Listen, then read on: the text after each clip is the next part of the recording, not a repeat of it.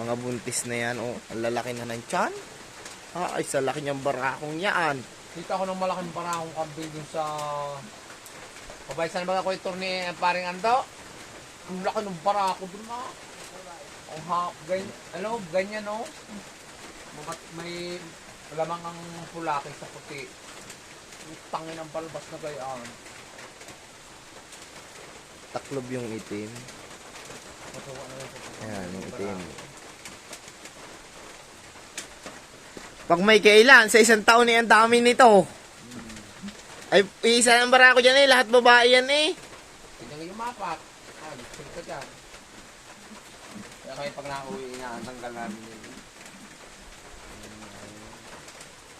Oh, laki na ng tiyan ng itim. Una nga anak yung itim. Yan ang lagi naman nabababan dyan.